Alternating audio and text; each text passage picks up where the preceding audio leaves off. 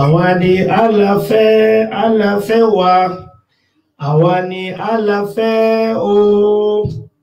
Ó ṣe wá lóore pàtàkì ju kèfèrí lọ. Allahu ṣe wá lóore pàtàkì ju kèfèrí lọ. Allah ṣe wá lóore pàtàkì. Òṣùbà rere o.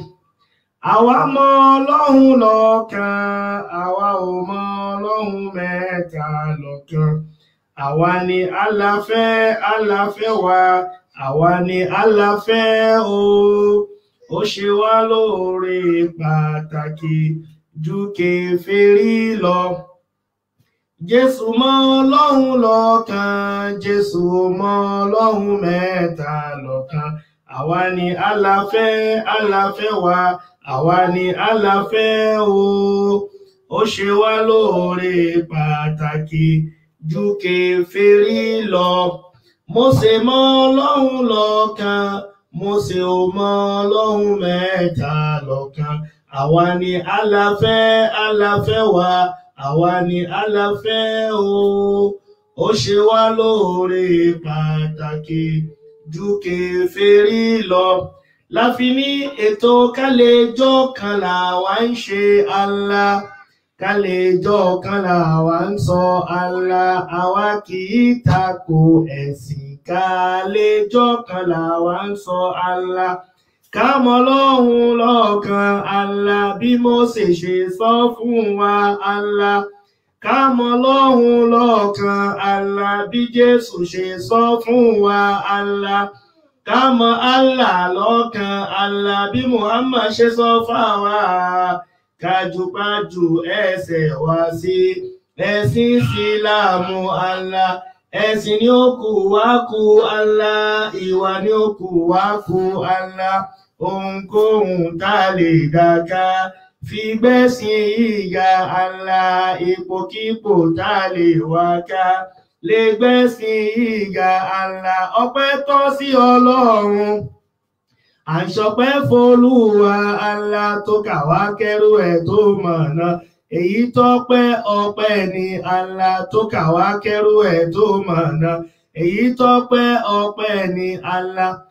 Láfi ní gbé Bíbélì rẹ̀, gbé Kùránì rẹ̀, òdodo ti dé. Sọ́kà fún pé ẹ o Ìsìlámù, ẹ̀sìn tó mọ́ tónítóní. Gbé Bíbélì rẹ̀, gbé Kùránì rẹ̀, òdodo ti dé. Sọ́kà fún pé yín o Ìsìlámù, ẹ̀sìn ọ̀kan ṣoṣo. أعوذ بالله السميع العليم من الشيطان الرجيم. بسم الله الرحمن الرحيم. وبه نستعين والصلاة والسلام على سيدنا محمد وعلى آله وصحبه ومن والاه. الحمد لله بنعمته تتم الصالحات. الحمد لله الذي لم يلد ولم يولد ولم يكن له كفوا أحد. الحمد لله الذي أنزل على عبده الكتاب ولم يجعل له عوجا قيما لينذر بأسا شديدا من لدنه ويبشر المؤمنين الذين يعملون الصالحات أن لهم أجرا حسنا ماكثين فيه أبدا وينذر الذين قالوا اتخذ الله ولدا ما لهم به من علم ولا لآبائهم كبرت كلمة تخرج من أفواههم إن يقولون إلا كذبا. adúpẹ́ fún Ọlọ́run Ọba, adúpẹ́ fún Ọlọ́run Ọba lẹ́ẹ̀kan sí. Atọrọ ìkẹ́ àti ìgẹ̀ fún Ànábì wa Muhammad sallallahu alaihi wasallam, Ànábì tí Ọlọ́run bá fi ṣe òpin àwọn ànábì, Ànábì tó ṣe wípé lẹ́yìn rẹ̀ ànábì mi ò ní dé mọ́. Ànábì tí Ọlọ́run fún ní Al-Qur'an kó máa jẹ́ the final book and the last testament. Ìkẹ́ Ọlọ́run àti ọ̀rọ̀ Ọlọ́run kó máa bá ànábì náà àti àwọn ará ilé rẹ̀ àti àwọn sàhábà rẹ̀. Agbọ́wá tí àárín ní erípa òjíṣẹ́ Ọlọ́run bá náà títí jọ́ kan, yawma la yanfa'u malun wala banun illa man ata Allah bi qalbin salim. Yawma la yanfa'u malun wala banun. Ọjọ́ tó ṣe pé ogun tá bá ní ò ní wúlò. Ilé tá bá kọ́ ò ní wúlò. Ọkọ̀ wa ò ní wúlò. Aṣọ wa ò ní wúlò. Ìmọ̀ wa ò ní wúlò. Personality wa ò ní wúlò. Gbogbo tó wù ká ní pátá ìkankan ò ní wúlò ńbẹ̀. Illa man ata Allah bi qalbin salim. Àfi ẹni tí Ọlọ́run bá fún ní ọkàn àlàáfíà. Àfi ẹni tí Ọlọ́run bá ṣe ní Mùsùlùmí. Mo kí wa ní kíkí tí ọlá, kíkí tí ọlá. Kíkí tó ṣe wípé kò sí àsìkò tí ó bá mú, ونقول السلام عليكم ورحمة الله وبركاته. Bàbá yé jẹ́ kí ìjọba rẹ̀ dé. Bàbá yé jẹ́ kí ìjọba rẹ̀ bọ̀, káṣẹ rẹ̀ bẹ̀rẹ̀ lórí mi, káṣẹ rẹ̀ bẹ̀rẹ̀ láyé mi, káṣẹ rẹ̀ bẹ̀rẹ̀ nílé mi, káṣẹ rẹ̀ bẹ̀rẹ̀ nílé mi, àkókò rẹ̀ bẹ̀rẹ̀ láyé mi, kókó rẹ̀ bẹ̀rẹ̀ láyé mi. Bàbá yé jẹ́ kí ìjọba rẹ̀ dé. Bàbá yé jẹ́ kí ìjọba rẹ̀ bọ̀, káṣẹ rẹ̀ bẹ̀rẹ̀ lórí mi, kókó rẹ̀ bẹ̀rẹ̀ nílé mi, káṣẹ rẹ̀ bẹ̀rẹ̀ níṣẹ́ mi, káṣẹ rẹ̀ bẹ̀rẹ̀ láyé mi. Mo kí àwọn tí a wà ní orí ètò, mo kí bàbá wa Ọlábọ̀dé Jimoh, wa alaikum salam wa rahmatullahi wa barakatuh. Mo kí bàbá wa Adébáyọ̀ Sweet, wa alaikum salam wa rahmatullahi wa barakatuh. Mo kí bàbá wa Said Olóyè, wa alaikum salam wa rahmatullahi wa barakatuh. Ahlan Sheikh. Ká tó wọnú tí a ní lónìí, ọlọ́sọ̀kan Nábì wa Muhammad sallallahu alayhi wa sallam nínú àyà ilé tí a máa ń kà ní gbogbo ìgbà tó gbajúgbajà ní Quran chapter 16 Suratul Nahl verse 125. Ọlọ́run ní a'udhu billahi minash shaitonir rajim. Ó kí bàbá wa Adébáyọ̀ Wasiu Karim, wa alaikum salam wa rahmatullahi wa barakatuh. Ọlọ́run bá ní ud'u ila sabili rabbika bil hikmati wal maw'izatil hasanati wajadiluhum billati hiya ahsanu inna rabbaka huwa a'lamu biman dhalla an sabilihi wa huwa a'lamu bil muhtadin. Ọlọ́run bá ní ud'u ila sabili rabbika bil hikmati. Ìrẹ́ Ànábì, pèpè sójú ọ̀nà t'Ọlọ́run bá rẹ̀ pẹ̀lú ọgbọ́n, with wisdom, wal maw'izatil hasanati, and beautiful patience, pẹ̀lú wáàsí tó rẹwà. Wajadiluhum billati hiya ahsanu. Ọlọ́run ní tó bá fẹ́ bá wọn jiyàn lọ́nà tó gbàdá. If you are arguing, argue in the ways that are best. Torí pé inna rabbaka huwa a'lamu biman dhalla an sabilihi wa huwa a'lamu bil muhtadin. Dájúdájú inna rabbaka, Ọlọ́run ọba huwa a'lamu biman dhalla an sabilihi. Ọlọ́run mẹ́ni tó ṣìnà, wa huwa a'lamu bil muhtadin, ó sì mẹ́ni tó wà lójú ọ̀nà. Bẹ́ẹ̀ náà ni nínú Bíbélì, in the book of Isaiah chapter 1 verse 18, Bíbélì ní ẹ wá, báyìí ni Olúwa Ọlọ́run wí, ẹ wá, ẹ jẹ́ kí a jọ sọ àsọyé pọ̀. It's a must. Torí pé Mùsùlùmí lèmi, Christian fẹ́ preach faith ẹ̀ fún mi, dandan ní ká jọ fọ̀rọ̀ jómi tó rọrọ. Ó ní Ọlọ́run fẹ́ aráyé tó bẹ́ẹ̀ gẹ́, tó fi ọmọ bíbí rẹ̀ kan ṣoṣo fún ni, fún ẹnikẹ́ni tó bá gbà á gbọ́ kì yóò ṣègbé, ṣùgbọ́n yóò ní ìyà nípẹ̀kun. Èmi náà sì ní Quran chapter 3 verse 18, Ọlọ́run ní inna dina inda Allahil Islam. Ẹ̀sìn kan ṣoṣo tó wà lọ́dọ̀ Ọlọ́run, Islam ni, àfi ká jọ wò ó papọ̀.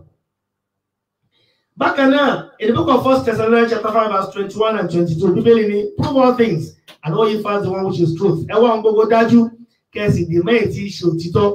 And in the book of John chapter 8 verse 31 and 32, Bíbélì ní nígbà náà ni Jésù sì wí fún àwọn Júù tó gbà á gbọ́ wípé tí ẹ̀yin bá tẹ̀lé àwọn ọ̀rọ̀ mi lẹ́tó di ọmọlẹ́yìn mi tòótọ́, ẹ̀yin yóò mọ òtítọ́, òtítọ́ yóò sì sọ yín ní òmìnira.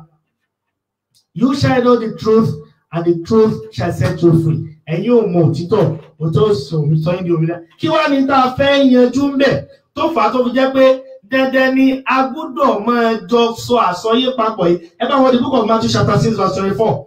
Ìdí ni o tó fi dàbẹ́ ni pé wàhálà àwa Mùsùlùmí pọ̀. And it will continue as such until tí àwọn èèyàn bá gba tó yẹ wọ́n gbà. The book of Matthew chapter 6 verse 24. Ẹ máa gbọ́. kò sẹ́ni tí ó lè sin Olúwa méjì. Ẹ lè sin Ọlọ́run méjì papọ̀. Àwálà Bíbélì sọ̀rọ̀ kan ní Matthew chapter 4 verse 8 to 10. Bíbélì ní Èṣù sì gbé Jésù lọ sí orí òkè gíga ẹ̀wẹ̀. Ó sì fi gbogbo ọba ayé àti tí ń bẹ́nu rẹ̀ hàn.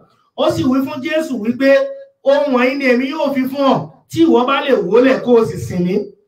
Jésù wá ní nígbà náà ni Bíbélì ní Jésù ní nígbà náà ni Jésù ní padà kúrò lẹ́yìn mi Sátánì, nítorí pé a ti kọ̀wé rẹ̀ wípé Olúwa Ọlọ́run rẹ ni kí ìwọ kí ó máa foríbalẹ̀ fún, ó nìkan ṣoṣo ni kí ìwọ kí ó máa sìn. Jésù ni Ọlọ́run nìkan ni ká sìn. Nígbà tí ń kọ́, okay, I don't understand the Christians. Ó ní mo fi máa ń sọ pé àwọn Christian ìhùwàsí wọn is inversely proportional to what the Bible preaches. Ní Matthew, ẹnìkan wá bá Jésù, chapter 6, verse 9, and the book of Luke, chapter 11, verse 2. Wọ́n wá bá Jésù, wọ́n ní, ìrẹ ọmọ Dáfídì o, ìrẹ Jésù, teach us how to pray. Jésù wá ní, ẹ máa gbàdúrà báyìí, Bàbá tí ń bẹ ní ọ̀run, kí a bọ̀ fún orúkọ rẹ, kí ìjọba rẹ dé, ìfẹ́ tirẹ̀ ní ká ṣe ní ayé, bí wọ́n ti ń ṣe ní ọ̀run, fún wa lóúnjẹ ọjọ́ wa lónìí, dárí ẹ̀ṣẹ̀ wa jì wá, bá ti ń dáríjì àwọn tó ṣẹ̀ wá, má fà á sínú ìdánwò, gbà á lọ́wọ́ bìlísì, torí ìjọba ń tirẹ̀, agbára ń tirẹ̀, ògo ń tirẹ̀, láéláé àmín. Bí Jésù ti kọ́ wa nìyẹn o. Àwọn ọmọlẹ́yìn Kristi wọ́n bá yí padà pé Jésù la máa sìn o. Òun la máa sìnkú. Ọ̀pọ̀ ènìyàn ló wí pé ta lọ Ọlọ́run àwa. Jésù dá wa lọ́lá, òun la máa sìn. Ṣe bí ọba o ṣe bí ọba, káyé lè bá mọ̀ ọ́ láyé mi ṣe bí ọba. Ní in the book of Romans chapter 1 verse 25, Bíbélì ní àwọn tí ó yí òtítọ́ Ọlọ́run padà sí èké, wọ́n bọ̀, wọ́n sì ń sin ẹ̀dá ju ẹlẹ́dàá lọ. Wọ́n wá gbé Jésù lórí ère wọ́wọ́wọ́, Jésù ní máa sìn o. Ṣé tí Jésù kọ́ wa nìyẹn? So lára àwọn ọ̀rọ̀ tí a máa yanjú lálẹ́ pẹ̀lú ògo Ọlọ́run. Ní alẹ́ àná, Ọlọ́run kọ́ mọ́ṣẹ́ bá mi san ọmọ ìyá mi Abdulsamad Ládégà. Wọ́n post fídíò kan níbi tí àlùfáà páàdì àwọn kiriyó tó ti sọ̀rọ̀ kan ní ẹnu rẹ̀ lọ́hùn lánàá. Ó ní giving the pastors an opportunity to repent. Ẹ̀yin pastor yìí o, ẹ lọ túbá, ẹ lọ tọrọ àforíjì ẹ̀ṣẹ̀ yín púpọ̀ lọ́dọ̀ Ọlọ́run. Lẹ́yìn wá àgbà náà, go back to your various congregations. Ẹ wá padà lọ sínú ìjọ yín o, ìjọ tó ní kálukú ti wá. And make it clear to them that ẹ wá jẹ́ kó hàn gbangba sí wọn wípé anyone who is not paying his tithe is not going to heaven. Anyone who is not paying his tithe will not go to heaven. Ẹni tí ó bá ti san dá mẹ́wàá, tọmọdé tàgbà ẹ san dá mẹ́wàá yìí, èyí lóhun tó Olúwa pa láṣẹ. San dá mẹ́wàá rẹ̀, má ṣe já Ọlọ́run lólè o. Rántí Málákì orí 3 ẹsẹ̀ 9 dé 11. Olè. Òróró kínkínní tí ń bẹ nínú ẹran, tó bá ti fọ́ mẹ́ran ò á bà gbogbo rẹ̀ jẹ́. Òróró ní ìdá mẹ́wàá rẹ̀, má ṣe pa mọ́ra. Ìdá mẹ́wàá ní ilẹ̀kùn, òun ni kí o san ìdá mẹ́wàá rẹ̀ o, kí ààrẹ lè pọ̀ rẹpẹtẹ. Bíbélì ló wú bẹ́ẹ̀ o. San ìdá mẹ́wàá rẹ̀ kó tẹ́. Now the problem is, ó ní di àlùfáà ìjọ tó ń sọ tí Bíbélì ò sọ. Àkọ́kọ́ náà mo fẹ́ ṣàlàyé ọ̀rọ̀ ìdámẹ́wàá kí Jésù tó dé. Ẹ bá ń wo the book of Deuteronomy chapter 14 verse 22. The book of Deuteronomy chapter 14 verse 22. Deuteronomy chapter 14, verse 22. Deuteronomy chapter 14, verse 22.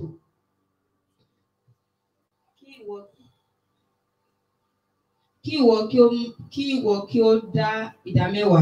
Ẹ máa gbọ́, àṣìgbọ́ àkọ́kọ́ ni pé káwọn èèyàn máa fi ìdámẹ́wàá kí wọ́n máa fi wé zàká pé ṣebí ìdámẹ́wàá náà ṣebí bẹ́ẹ̀ ni zàká táwa mùsùlùmí yọ, ó yàtọ̀ síra wọn pàápàá. Kí ìwọ kí ó dá ìdámẹ́wàá. Kò tiẹ̀ jọra wọn rárá. Torí pé alákọ̀ọ́kọ́ náà olówó ní yọ zàká. Bẹ́ẹ̀ náà ni ọ̀rọ̀ ìdámẹ́wàá yìí náà olówó ní sàdámẹ́wàá kì í ṣolòṣì. Ọ̀pọ̀lọpọ̀ àwọn tí ń lọ ṣọ́ọ̀ṣì yìí olòṣì lọ́pọ̀lọpọ̀ wọn. Tẹ́lòmíì gan ò ní lọ ṣọ́ọ̀ṣì tí ò bá rí ọ́fìrìn tó fẹ́ mú dání. Ẹ tún wá kọ̀ǹpọ́sì lé wọn lórí pé nínú sálárì wọn èyí tó tiẹ̀ tún wá fọ́nì ni pé wọ́n ní téèyàn bá yáwó fàmọ́tàlá ó lọ yáwó àwọn alájẹ tán tí wọ́n ń pera wọn alájẹṣẹ́kù yóò sàn dá mẹ́wàá ń bẹ̀ kó lè mọ nǹkan tó máa fowó yẹn ṣe. Can you imagine? Aburú tó wá wà bí eléyìí ni pé ọ̀pọ̀lọpọ̀ àwọn tó ń handle cases wọ̀nyí àwọn pastor ni wọ́n, àwọn reverend ni wọ́n, àwọn bishop ni wọ́n tó jẹ́ pé wọ́n ń wàásù lórí pẹpẹ àwọn ọ̀dẹ̀ wà nídìí aburú yìí. Tájòkó tí wọ́n mọ̀ proof pé kò sí tó burú mẹ́ torí nǹkan tí wọ́n fẹ́ jẹ. Kí ìwọ kí ó dá ìdámẹ́wàá gbogbo ìbísí irúgbìn rẹ. Bíbélì ní ẹ máa wo ẹ dá ìdámẹ́wàá yín gbogbo irúgbìn yín ẹ̀yin àgbẹ̀. Tí oko rẹ wá ní ọdọọdún. Ṣé ti kọ́kọ́ rí bẹ́ẹ̀? Ìyẹn kọ́kọ́ proof wípé ẹ̀ẹ̀kan lọ́dún lèèyàn máa ń sàn dámẹ́wàá according to the Bible. Ẹ̀ẹ̀kan lọ́dún ilèèyàn máa ń sàn dámẹ́wàá o. Tí pásọ̀ wa máa ń dé jẹ́ pé every month tó bá ti gba sálárì ẹ̀ àwọn ìjọ kan ti ẹ̀wà tó jẹ́ pé ṣẹ́rí tá bá ti kọ́kọ́ gba sálárì báyìí àwọn kan wọ́n ní the first salary wọn tá bá ti gbà wọ́n máa kó lọ church ni. Abẹ́ẹ̀rí dìdìrín ń dínrógbó. Ẹlòmíì wà tó jẹ́ pé first 3 salaries ẹ̀ yóò kó lọ church ni. Pé òun fún Olúwa. Láìláìlá. Ọlọ́run ṣì wá lọ́nà. Ọlọ́run ṣì wá lọ́nà. Ọlọ́run ṣì wá lọ́nà.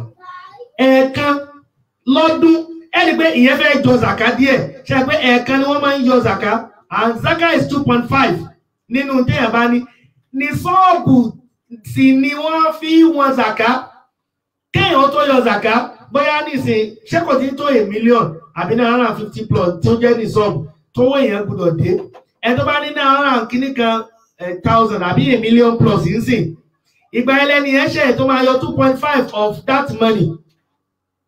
And ẹ̀ẹ̀kan lọ́dún sí ni.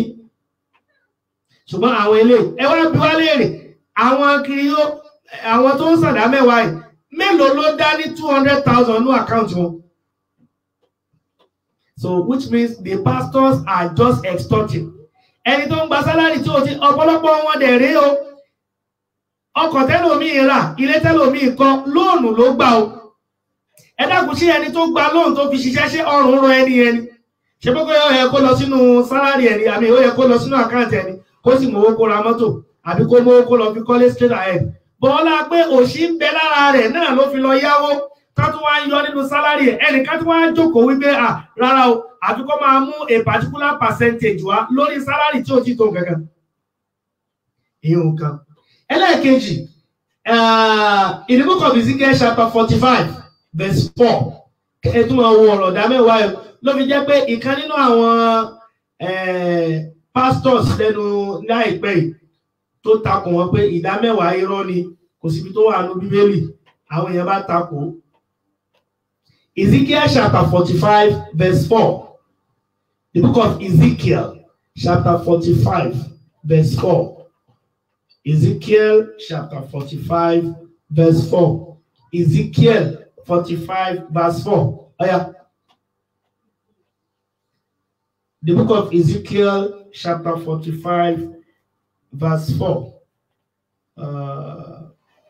Ezekiel 45 verse 4. Ezekiel 45 verse 4. Èyí tí ó mọ̀ nínú ilé náà yóò jẹ́ ti àwọn àlùfáà èyí tí ó mọ́ ló ṣe nǹkan lọ 45 verse 4. The only portion of the land shall be for the priest, the ministers of the sanctuary, which shall come near to minister unto the Lord, and it shall be a place for their houses, and an holy place for the sanctuary.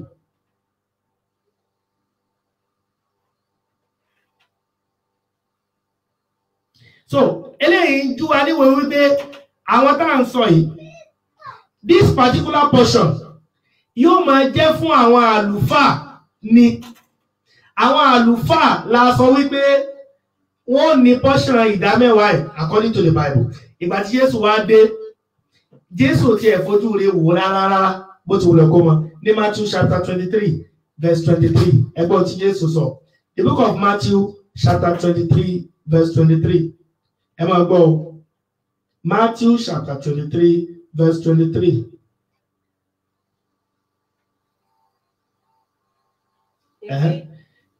Ọ̀yá. Ègbé ni fún yín. Tá a bá lọ wo gbogbo Matthew 23 látòkè délẹ̀, èpè ni Jésù fi ṣẹ́. Ṣùgbọ́n ẹ jẹ́ ká tún gbérú èpè tó ṣẹ́, ẹ jẹ́ ká gbé yẹ̀ wò. Jésù ní ègbé ni fún yín. Ẹ̀yin akọ̀wé àti Farisí.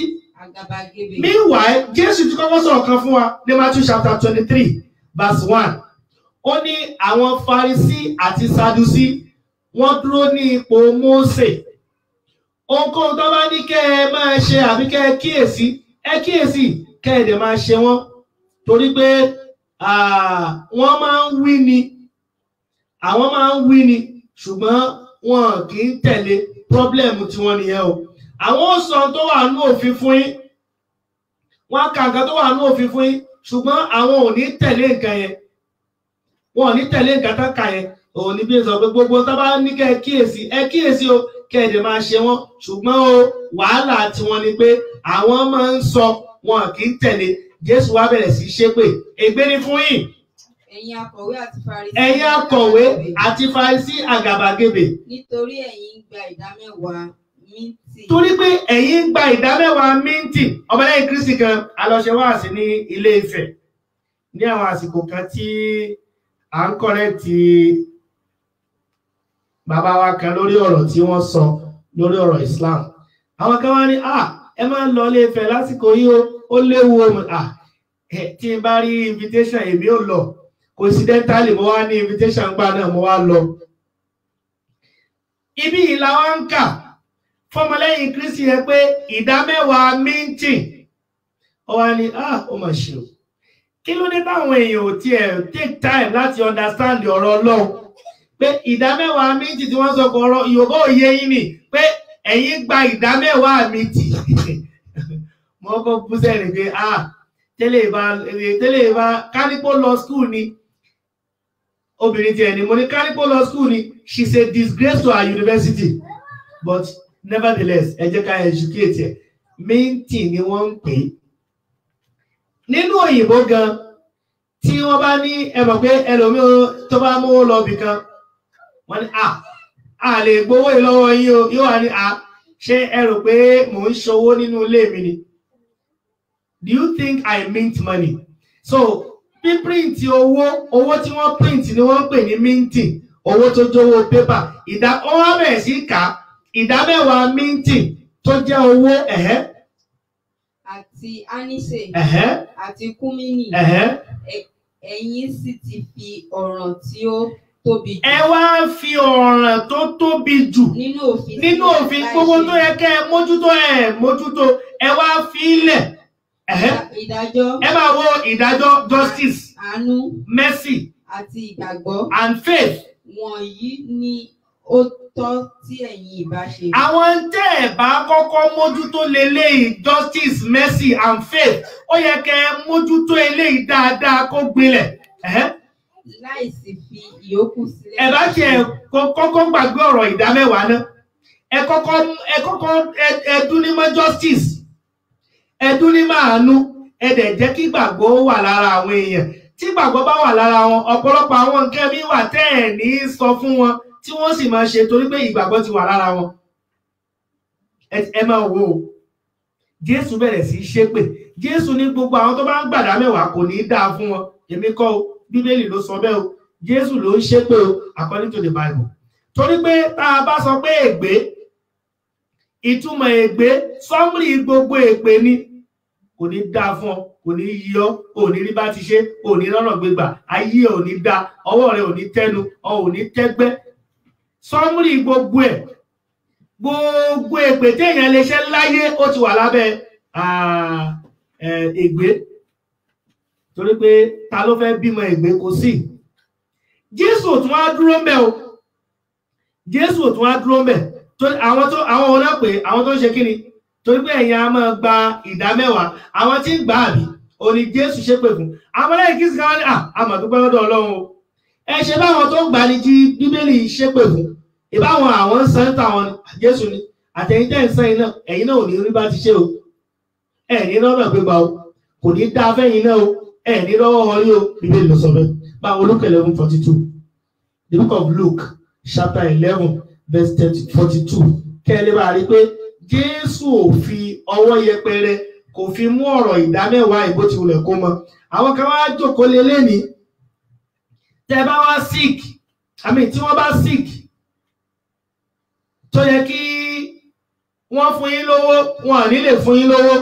Wọ́n ní ẹ jẹ́ káwọn gbàdúrà fún yín. Ṣùgbọ́n táwọn bá sick, ẹ̀yin lè dáwó fáwọn, ẹ̀yin ni wọ́n lè dáwó fún. Luke 11:42.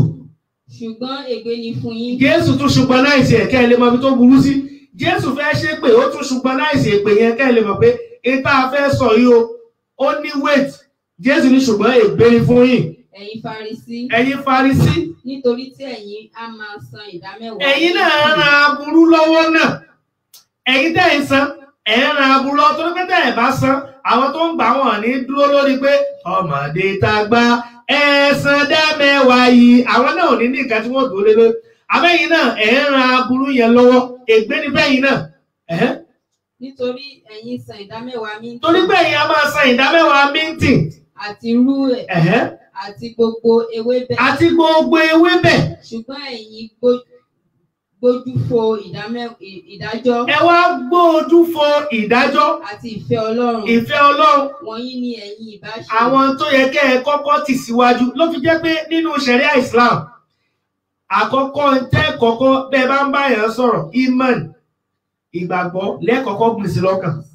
Torí pé ẹ̀ńtẹ́ ẹ bá gbé iman sí lọ́kàn, tọ́rọ̀ Ọlọ́run bá ti yé gbogbo àwọn yòókù ó ti fúyẹ́. Tọ́rọ̀ Ọlọ́run bá ti yé gbogbo ọ̀rọ̀ yòókù ẹ wo nǹkan sí. Àwọn tí Jésù ń ṣépè fún, tí ẹnìkan wá sọ wípé ẹni tí ò bá ti san yóò wọ̀nà, ta ní parọ́ nínú Jésù àtẹni yẹn? Two wrongs can never make a right. Ẹnìkan ló gbọ́dọ̀ máa parọ́ nínú àwọn méjì. Ìsídà kó jẹ́ pé pásítọ̀ yẹn ló ń parọ́ àbí kó jẹ́ pé Jésù ló ń parọ́. Ta wá ní parọ́ nínú àwọn méjèèjì? Ìdí nìyẹn tá a fi mú biblical evidences wá pé ẹ̀yin náà ẹ bá wa wo ohun tí Bíbélì sọ lórí ọ̀rọ̀ ìdámẹ́wàá. Bíbélì ní kò ní dáa fún àtẹni tó ń gbà àtẹni tó ń san. Ẹnìkan wá sọ pé gbogbo ẹni tí ò bá ti san yóò wọ̀nà, òun ni ó fi wọ́n sí náà ni. Àwọn yẹn sì dákẹ́ wọ́n wò lẹ́wọ̀n lè fún lésì. Bí wọ́n wò pé is highly situated in spirit. Rárá o, kò sí, mo máa ń sọ, bẹ́ẹ̀ bá fẹ́ mọ̀ nípa Christianity, Bíbélì lẹ́ẹ̀kà. Tẹ́ bá fẹ́ mọ̀ nípa àwọn Mùsùlùmí, Al-Qur'an lẹ́ẹ̀kà. Ẹnìkan ò ní máa sọ tí ò sínú Bíbélì tí ó dẹ̀ fẹ́ kí accept dogmatically àrárá o. A sọ pé wo ohun tí Bíbélì rẹ sọ. Eléyìí náà ni ó tún mú wa yà lọ síbi ọ̀rọ̀ torí pé àsìkò ti lọ púpọ̀ and we just need to mention this along with it. Lórí ọ̀rọ̀ owó èlé, ṣé ti rí àwọn tí wọ́n pera wọn ní alájẹtán tán láwọn alájẹṣẹ́kù? Tẹ́ ẹ bá wo gbogbo ọ̀pọ̀lọpọ̀ àwọn èèyàn wọ̀nyí, ẹ rí pé pásítọ̀ ni wọ́n sì jókòó ti ìdámẹ́wàá. Alhamdulillah for àwọn Islamic organizations táwọn ti dìde jẹ́ pé àwọn èèyàn gba interest ní tiwọn. Ọ̀pọ̀lọpọ̀ àwọn èèyàn ló jẹ́ pé kì í ṣe pé owó tó yá gan ni ò rí dá padà, interest tó gorí owó tó yá òun ló kàgbákòbá. major wàhálà tẹ́lòmíì ní interest tó gun orí owó yẹn òun ló kágbákòbá. Tẹ́bá wá sí ká bá wá bèrè pé èló lẹ́ni yẹn gan yá actually ìgbà tẹ́ bá wá wo iye tó yá tẹ́ bá máa yọ kúrò nínú interest tó wọlé rí pé ó ti ×5 àbí ×6 owó tó yá. Ìdí nìyẹn náà sọ pé èèyàn máa ń fi owó ṣiṣẹ́ ni, owó kì í bí owó. Tó pé dandan ni ká fi owó ṣiṣẹ́ kó lè bí owó. Bọ̀ pé jẹ́ iye ọ ní 100 naira ó fi san 200 naira padà haram ni. Gbogbo àwọn owó yẹn gan béèyàn bá ti gbarú owó bẹ́ẹ̀ tó bá ti wọnú business kì í jẹ́ kí business gan lálàáfíà. Béèyàn bá pa owó bẹ́ẹ̀ irúfẹ́ owó bẹ́ẹ̀ kì í ṣòwò dáadáa. Kọ́lọ́n bọ̀bọ̀ àlékọ́lá kọ́ mọ́ṣá ìṣàánú. Ọlọ́run kìlọ̀ fún wa nínú Al-Qur'an kí n tó wọnú Bíbélì gan. Àwa Mùsùlùmí àwa kọ́ ni issue. Torí pé àwa tẹ̀lé tọ́lọ́wọ́n bá wí to a reasonable extent. Àwọn ará bí àwọn ni èé tẹ̀lé Bíbélì.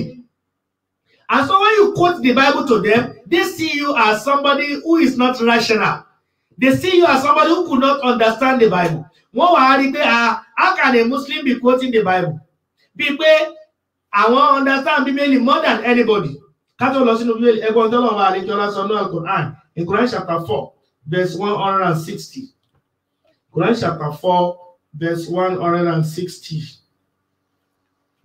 Quran chapter 4 Surah An-Nisa verse 160. Ọlọ́run bá ní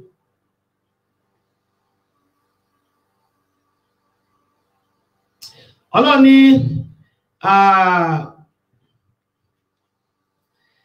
and they are taking of riba. Ọlọ́run ní وَبِظُلْمِهِمْ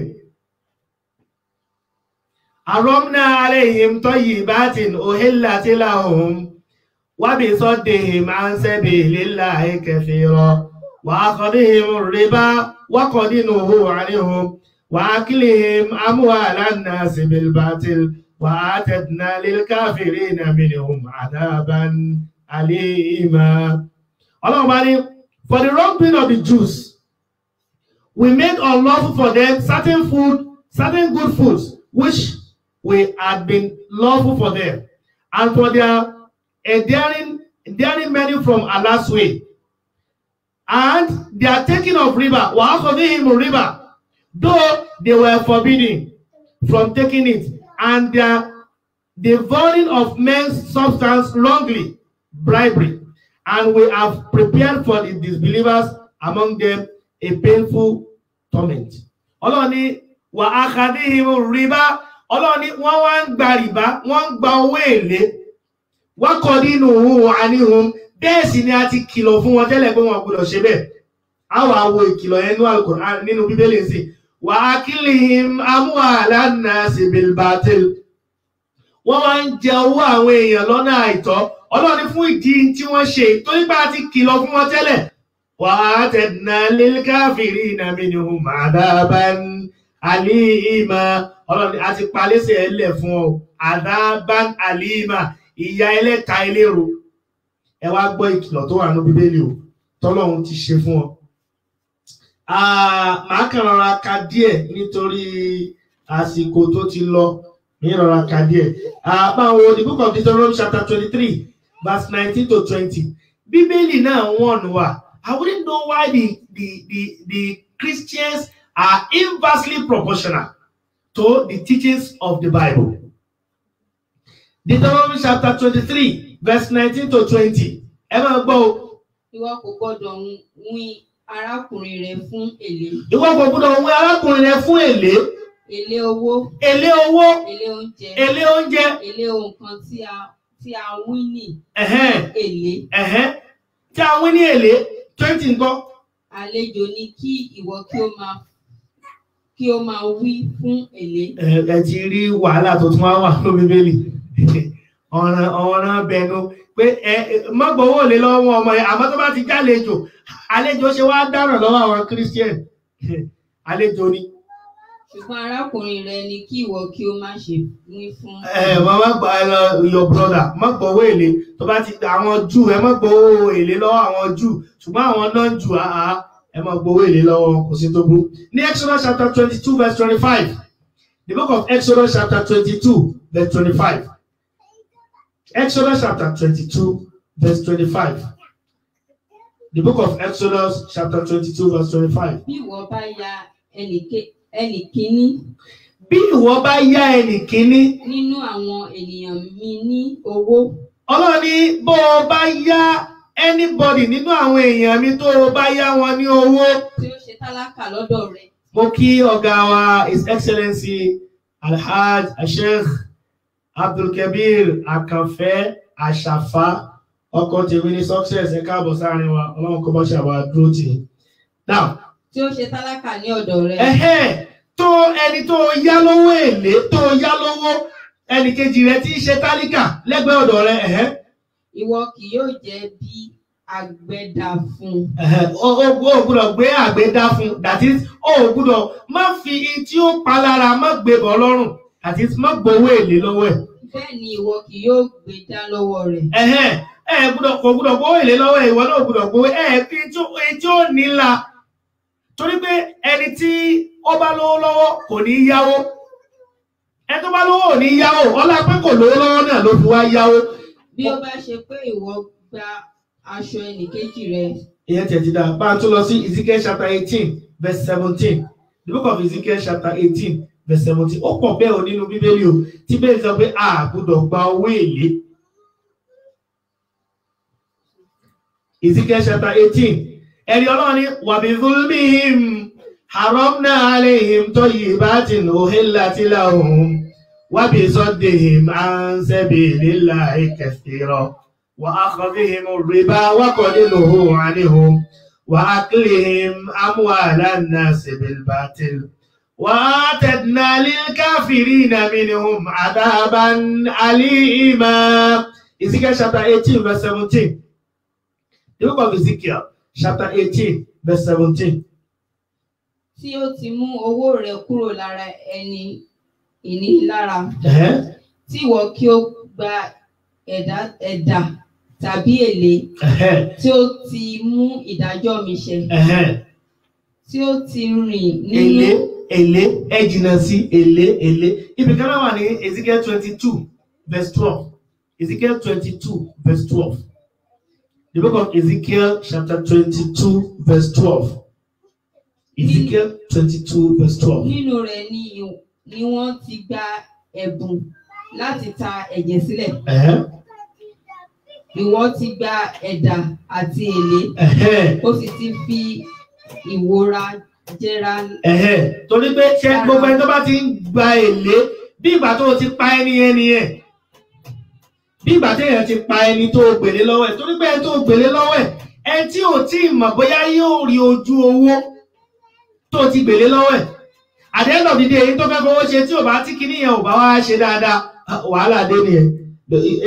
Orí eré yẹn ni ó mọ̀ sá tí ó fi kú. Now, báwo wo Leviticus chapter 25 verse 36. The book of Leviticus chapter 25 verse 36. Leviticus chapter 25 verse 36. Leviticus chapter 25 verse 36. Leviticus 25 36. Ìwọ má ṣe gba èlé lọ́wọ́ rẹ̀. Bíbélì ní má ṣe gba èlé lọ́wọ́ rẹ̀ o. Tàbí ẹ̀dà. Ṣùgbọ́n bẹ̀rù Ọlọ́run rẹ̀. Bẹ̀rù Ọlọ́run, ẹni tó bá bẹ̀rù Ọlọ́run kò ní gbèlé. Kí arákùnrin rẹ̀ kí ó lè wà pẹ̀lú rẹ̀. Torí pé àfa olórin kan ló ní hakun ala al-agniya riayatan lil fuqara hatta yakuna al-bina'u ala asasil ikhai. Hakun ala al-agniya dandan ni fún olówó riayatan lil fuqara kó yọ zaka hatta yakuna al-bina títí tí wọ́n fi wá mọ odi ala asasil ikhai odi ìjọmọ ẹ̀yà. Torí pé ẹni tó yá lọ́wọ́ tó fẹ́ fi ṣe nǹkan tọ́lọ́run dẹ̀ ní kíkiní yẹn ó ṣe ẹ́ rí pé irú ẹni yẹn kò ní gbàgbé èèyàn ṣùgbọ́n ó yáyàn lọ́wọ́ ó tún wá fi condition sí aburú ni o ẹja jìnnà sí. Ìwọ kò gbọdọ̀ fi owó rẹ̀ fún ní ẹ̀dà. Má fún owó fún lẹ́dà má sì gba èlé lọ́wọ́ rẹ̀. Tàbí kí o wí ní oúnjẹ rẹ̀ fún àṣà. Àsìkò ti lọ bá ń lọ sí Luke chapter 19 verse 23 mo kí àǹtí mi Odúsọ̀gà Yétúndé wa alaikum salam wa rahmatullahi wa barakatuh ahlan ẹ káàbọ̀ sí àárín wa. Luke chapter 19 verse 23. The book of Luke chapter 19 verse 23. a fi àsìkò a fi bẹ̀ Ọlọ́run court case wa tá a ní lọ́sẹ̀ yìí Ọlọ́run kó mọ́ ṣàbá wa yanjú ẹ̀ o abẹ́ Ọlọ́run kó jẹ́ pé this court case will be the last sitting of it all and ẹ̀bẹ̀ Ọlọ́run irú ìfẹ́ court case báyìí Ọlọ́run má jẹ́ ó wáyé mọ́ kí mùsùlùmí ọmọ gbé mùsùlùmí lọ sí kóòtù abẹ́ Ọlọ́run bá kí irú eléyìí kó má wáyé mọ́ a sì bẹ̀ Ọlọ́run kọ́lọ́run ó ṣe eléyìí tá a fẹ́ lọ fún ìníjọ́ Thursday kọ́lọ́run ó ṣe lópin rẹ̀ ọlọ́lá haúlá wàlá quwwata illa billah. Luke chapter 19 verse 23. Èé àti ṣe tí ìwọ kò fi owó mi sí ilé èlé. Èé àti ṣe tí ìwọ kò fi owó mi sí ilé èlé. Nígbà tí mo bá dé, èmi ìbá ti béèrè rẹ tó ti lé, ó sì béèrè rẹ̀ tí ó ti lé. Ó sì wí fún àwọn tí ó dúró létí ibẹ̀ pé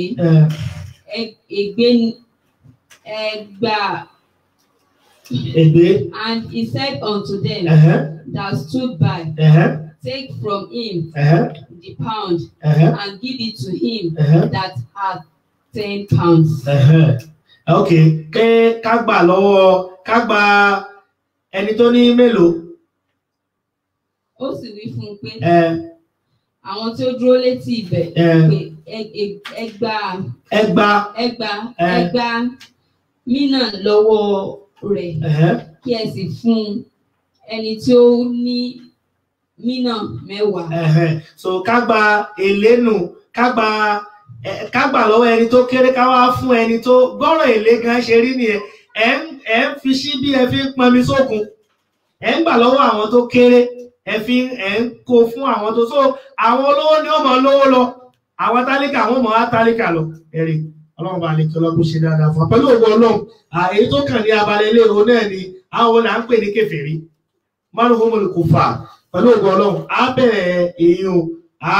bẹ̀rẹ̀ ní ọ̀sẹ̀ tó ń bọ̀ àti èyí tí á fi kún ẹ dákun torí Ọlọ́run ní èní inshallah ta'ala mo fẹ́ bẹ ẹ̀yin tí ẹ̀ ń wò wá kí n tó tún àdúrà tí mo kọ́ ṣe nísìnyí kí n tó tún ṣe pẹ̀lú ògbọ́n Ọlọ́run court case tá a ní lọ́sẹ̀ láàrin Ustaz Muhammadu Jami Alaba Adégún Àwọ̀tápọ̀wọ̀ àti Alhaji Yusuf Ọlátúndé Ìyàndá Adépọ̀jù nílùú Ìlọrin kí Ọlọ́run bọ́ba àríkí ọlá kó bá wa yanjú ẹ̀. It's highly insulting kí mùsùlùmí kó máa gbé ọmọ ìyá rẹ̀ lọ sí kóòtù nígbà tí a bá wá gbéra wa lọ sí kóòtù Ọlọ́run sì sọ fún wa náà Al-Qur'an pé wa ufawwidu amri ilallah ẹ kó gba àlámọ̀rí yín wá sọ́dọ̀ èmi Ọlọ́run inna Allaha basirun bil ibad Ọlọ́run ní mo rí ju bẹ́ẹ̀ ti ríra yín lọ basirun bil ibad mo rí yín ju bẹ́ẹ̀ ti ríra yín lọ so tá bá fi nǹkan lẹ̀ fọlọ́run Ọlọ́run ló mọ̀ bí ó ṣe yanjú ẹ̀ ó sọ pé mò ń ṣe báyìí ṣó sọ bẹ́ẹ̀ ṣé wọ́n ò ṣe fílẹ̀ fọlọ́run fílẹ̀ fọlọ́run ṣe bóun ló wí ṣe bí wọ́n ò ṣe fílẹ̀ fọlọ́run jọ́lọ́run ó yanjú rẹ̀ ju pé ṣé àwọn èèyàn ayé ni ó wàá bá wa yanjú ọ̀rọ̀ tó jọ́rọ̀ Ọlọ́run ẹ̀rí Ọlọ́run kó má ṣì wá lọ́nà Ọlọ́run kó má ṣì wá lọ́nà kó sì jẹ́ kí ìmánì wa kó lékún Ọlọ́run wa àlékọ́lá kó má bàṣẹ wa jẹ́. Ẹlẹ́ẹ̀kejì ká tó máa lọ ọmọ ìyá wa kan ní ìkànnì àwọn jàmáà wa ní Òṣogbo ń yà yìí ní around November December arákùnrin náà àfáà náà wọ́n fi kóró pé wọ́n fi ń ṣiṣẹ́ so nínú kádàrá Ọlọ́run wọ́n ṣáà ní accident wọ́n kọlu ọkọ̀ bàbá olówó kan ọkọ̀ ńlá ni ẹni ẹ sì insist pé dandan ni wọ́n tún mọ́tò ṣe so wọ́n ti wá lọ nígbà tí kòrò tiẹ̀ wá bẹ̀rẹ̀ ní wàhálà tiẹ̀ wá dé so gbogbo di lítù tí wọ́n rí gádà tẹ́ṣà lọ tán bọ̀ wọ́n ti ná gbogbo ẹ̀ sórí mọ́tò bàbá aláyé Ọlọ́run ti kádàrá kí mọ́tò ṣiṣẹ́ so àwọn nǹkan gbèsè tó tún wá kù ńlẹ̀ tí wọ́n yanjú ìyẹn ni wọ́n wá ń bá káàkiri nísìn wọ́n sì ní ìdí 150,000 láti balance gbogbo gbèsè tí wọ́n jẹ́lẹ̀ ẹ̀rí kọ́lọ́mọ̀ ọba àlekọ́ lákọ́ má jẹ́ kí á jẹ gbèsè kódà níbi tí ọ̀rọ̀ náà lè dé mo wà nínú àwọn tí wọ́n lọ ṣèdúró fún wọn pé wọ́n ò rí owó náà san wallahi qasamtu bi rabbil Kaaba mo wà ní àwọn tí wọ́n lọ dúró fún ọ pé pẹ̀lú ògo Ọlọ́run wọ́n lọ sanwó náà sọ nígbà tí àfọwọ́ wa rówó san táwa kiri tá lọ gbé mi sí kirikiri ṣe rí pé yóò fẹ́ le díẹ̀ ẹ dáhùn torí Ọlọ́run à ń bẹ ẹ̀yin jàmáà torí Ọlọ́run nígbà tí Socare Foundation tá a sì tí ní àkáǹtì tí a lè ju owó sí èyí tó wà lójú amóhùnmáwòrán wa yìí náà ẹ dákun ẹ jẹ́ kí a ṣe lítù tí Ọlọ́run bá àlékí ọlọ́bá fún alágbára sí wa ma tuqaddimu li anfusikum min khairin tajiduhu inda Allah 0027 215362 ní Access Bank ẹ bá wojú screen wa kí ẹ jẹ́ kí a fi lítù tí a bá lè fi ránṣẹ́ Ọlọ́run lọ́wọ́ ẹ jẹ́ kí a fi ran arákùnrin náà lọ́wọ́ is highly in need èmi gan àánú mi máa ń ṣe wọ́n a family man tí ò tiẹ̀ tí ráàyè jẹun débi pé yóò ráàyè tún san gbèsè and eléyìí sì wà very important tó dúró sí wọn lọ́rùn tó jẹ́ pé kódà àárọ̀ yẹn gbà táwọn bá mi mo tún wọ̀ pé àtọ̀ wọ̀ náà mọ́ṣáì bá ṣàánú arákùnrin mọ́ṣáì ṣàánú èmi náà ẹ dákun ayé tí ẹ̀ ń wò wá àti ìmì Yétúndé ẹ dákun torí Ọlọ́run mo mọ̀ pé aláàjì wa àkànfẹ́ wọn wà on ground mọ̀ pé gbogbo àwọn tí àwọn wà náà pẹ̀lú ògo Ọlọ́run á dá sí tọ́lọ́run kò sí iye tó kéré wa ma tuqaddimu li anfusikum min khairin tajiduhu inda Allah gbogbo tí a bá ti ní gbogbo tá a bá ná sójú ọ̀nà tọ́lọ́run bó ti wulẹ̀ kó kéré tajiduhu inda Allah á bá lọ́dọ̀ Ọlọ́run tó jẹ́ pé Ọlọ́run ní wa ma li ahadin indahu min ni'matin tujza kò sẹ́ni tí máa ń ṣe dáadáa tí sì máa ń retí pé kẹ́nìkan sọ pé jazakallahu khairan illa ibtigha'a wajhi rabbil a'la ìdí tá a fi ń ṣe náà ni wípé ibi tó yí sí lónìí àmọ́ ibi tó yí sí lọ́la o káwa náà ó lè rí ìyọ́nú Ọlọ́run làwa náà ṣe ń ṣe tá ń ṣe wala sawfa yarda bẹ́ẹ̀ sì ni bó pẹ́ bóyá á padà rí ìyọ́nú Ọlọ́run àbí Ọlọ́run bọ́ wà lékiọlá etí awúlé ni Ọlọ́run kó mọ́ ṣe ní ìbálẹ́jọ́ afún fún wa nílẹ̀ ẹbí àti lọ́jọ́ gbẹ̀dẹ̀ àkíyàmọ̀ lẹ́ẹ̀kan sí our court case this week between Ustaz Muhammad Jamiu Alaba Adegun àti Alhaji wa Malam Yusuf Ọlátúndé Adépọ̀jù Ọlọ́run kó mọ́ ṣàì bá wa ṣe ní òpin rẹ̀ o àbẹ̀lọ́run bá kírú bẹ́ẹ̀ náà kó má wáyé mọ́ láàrin àwọn mùsùlùmí ká lọ́kàn wípé gbogbo nǹkan a fẹ́ fi sí ọ̀dọ̀ Ọlọ́run ká fi sọ́dọ̀ Ọlọ́run nìkan òun náà ló tọ́ Ọlọ́run kó ṣàánú wa Ọlọ́run kó dúró tì wá gbogbo tí àrùn kan rẹ sí Ọlọ́run kó ṣoore fún wa bẹ́ẹ̀ gbogbo tí àrùn kan rẹ sí Ọlọ́run kó ṣoore fún wa bẹ́ẹ̀ la hawla wala quwwata illa billah àti Yétúndé wọn ní wọ́n tọ̀ 100 naira 100 naira náà lọ bá ń wo bìkan nínú Luke Mark chapter 12 verse 41 kẹ́lẹ́ bá rí wípé bójú 100 naira náà ni yóò ti kú mẹ́ náà Mark chapter 12 verse 41 ẹgbọ́n tí Jésù ṣe o lẹ́yìn tó ti ṣépè fún gbogbo àwọn tó ń gbàdá mẹ́wàá àtàwọn tó ń sàdá mẹ́wàá Jésù wá sọ̀rọ̀ kan àti Yétúndé ẹgbọ́n ẹgbọ́n tí Jésù sọ Mark chapter 12 verse 41 Mark chapter 12 verse 21 Bíbélì ní Jésù ti kọjú sí àpótí ìṣúra Bíbélì ní Jésù ìjókòó kọjú sí àpótí ìṣúra yẹn bí àpótí fisabilillah ó sì ń wo ibi ìjọ ènìyàn. Ọwọ́ Jésù wá ń wo bí ìjọ èèyàn bá ṣe ń san owó síbẹ̀ ṣẹpẹ́ tí àwọn ìjọ èèyàn bá ń san owó ẹni tó sọ 10 naira ẹni tó sọ 20 naira ẹni tó sọ 50 naira ẹni tó sọ 1000 ẹni tó sọ 20,000 ẹni tó sọ 40,000 ẹni tó sọ 100,000 ẹni tó sọ 150,000 tí oníkálukú máa sọ síbẹ̀ bó bá ṣe lágbára wọ́n wá ń sọ owó sínú àpótí ìṣúra tí Jésù kọjú sí ẹ̀ka yọ̀. Ọ̀pọ̀ àwọn ọlọ́rọ̀ wọ́n sọ púpọ̀ sínú ẹ̀. Tálákà ọ̀pọ̀ kan ó wá. Ó sọ owó idẹ mẹ́wàá. Bóyá 100 naira. Bíbélì ní ó sọ owó idẹ wẹ́wẹ́ méjì sínú àpótí yẹn.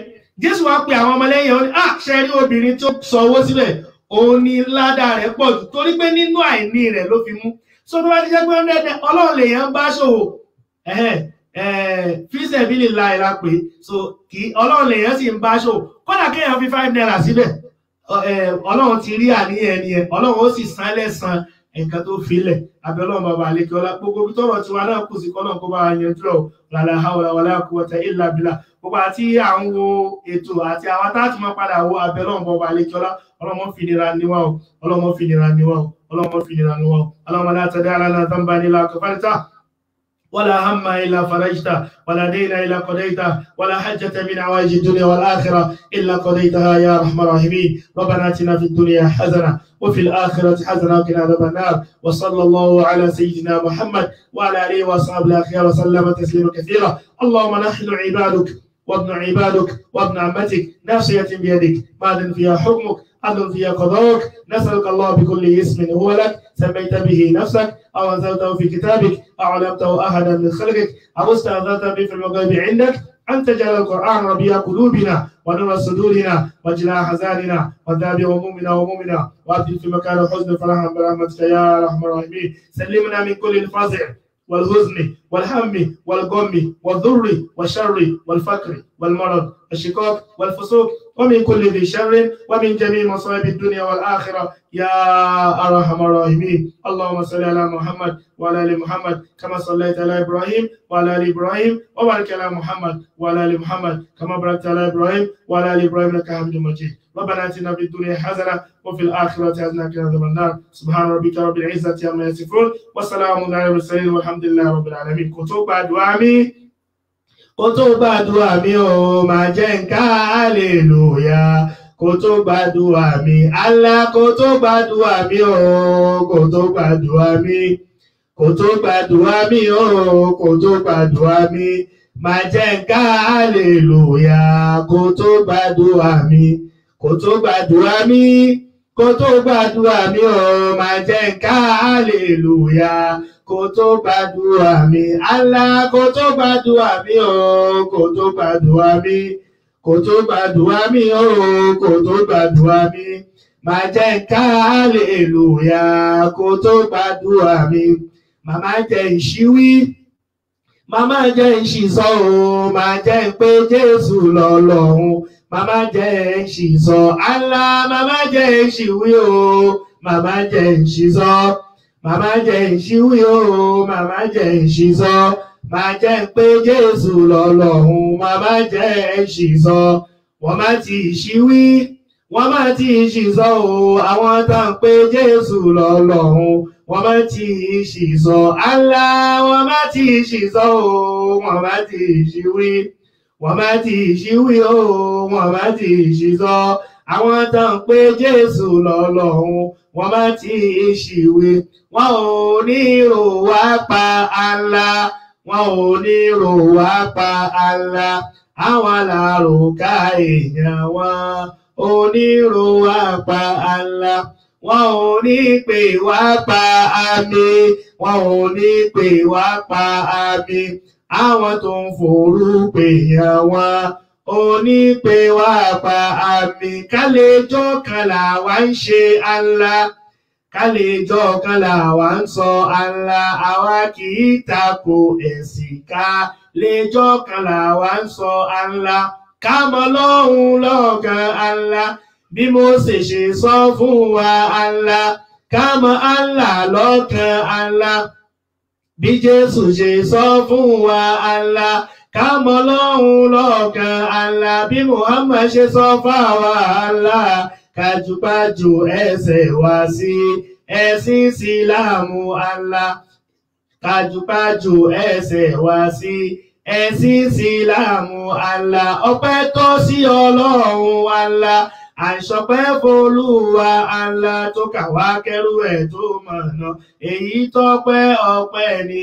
Àti Yétúndé ṣoríire Allah, Abdulkabiru ṣoríire Allah, Abdulhakimi ṣoríire Allah. Ọlọ́run tó fi wá mọ̀nà kó ní ṣì wá lọ́nà Allah. Ọlọ́run tó fi wá mọ̀nà kó ní ṣì wá lọ́nà Allah. Ọlọ́run tó fi wá mọ̀nà kó ní ṣì wá lọ́nà Allah. Ẹ dákun torí Ọlọ́run, ọ̀rọ̀ yìí tí a sọ lẹ́ẹ̀kan torí Ọlọ́run, ẹ dákun ẹ bá wa dá sí. It's just 150,000. Ọlọ́run bá wà ní kíọ́lá yóò ṣe nírọ̀rùn fún wa. Access Bank 0027 0027215362. Ẹ ti rí ojú screen náà, kọ́lọ́run bá wà ní kíọ́lá kó mọ̀ ṣe àìsàn ọgbà lẹ́sàn rẹ̀. Bá tí a wà ní orí ètò lálẹ́, mo kí wa kọ́lọ́run bá ní kíọ́lá kó mọ̀ ṣe àìsàn lẹ́sàn olóore látòrí àti wa Alhaja Ojúsọ́gà Yétúndé, Ọlọ́run kó mọ̀ ṣe àbá ṣe dáadáa fún. ọ̀gá wa Hamid Abiodun ọlọ́kọ̀ọ́ ṣàbàdúró ti wa alaikum salam wa rahmatullahi wa barakatuh. Ọ̀gá wa àgbà Sheikh His Excellency Alhaj Abdul Kabir Akafe Ashafa ọkọ̀ tèmi ní success ọlọ́run ní bọ́lá náà jẹ́ ọ̀làlá haúlá wàlá quwwata illa billah. The Amir and founder Ashabul Kahf Islamic Foundation of Nigeria ọlọ́mọdé gbẹ́lẹ́ o kí bàbá wa Adébáyọ̀ Wasiu Karim ọlọ́run kò ṣàbà ṣe dáadáa fún ọlọ́run ṣàtúnjárí ní ọ̀sẹ̀ tó ń bọ̀. Bàbá Saheed Olóyè ọlọ́run kò ṣàbà dótì o. Bàbá Adébáyọ̀ Sweet ọlọ́run kò ṣàbà dótì. Bàbá wa Ọlábọ̀dé Jimá ọlọ́run kí ó mọ́ ṣàdúró ti gbogbo wa. Nígbà tó fi di ìwòyí ọ̀sẹ̀ tó ń bọ̀ a kí gbogbo wa pé subhanakallahumma wa bihamdik ashhadu an la ilaha illa ant astaghfiruka wa atubu ilayk. Bákan náà aṣọ kí gbogbo wa ní Risalatul Haq lọ́n pé a kú gbáradì fún kóòtù ọjọ́ Thursday ọlọ́run ọba àríkọlá wa inna jundana lahumul ghalibun. Rabbi yassir li amri ọlọ́run kó ṣe ìgbésẹ̀ wa kọ́lọ́run kó ṣe nírọ̀rùn. Wahlul uqdatan min lisani yafqahu qawli kọ́lọ́run bá àlékọ́lá kó sì ṣe ọ̀rọ̀ tí a máa sọ kọ́lọ́run kí ó ṣe káwọn èèyàn ó lè gbọ́ kí wọ́n mọ̀ sí wa gbọ́yé. Subhanakallahumma wa bihamdik ashhadu an la ilaha illa anta astaghfiruka wa atubu ilayk. Subhana rabbika rabbil izzati amma yasifun wa salamun ala al-mursalin walhamdulillahi rabbil alamin. Amin.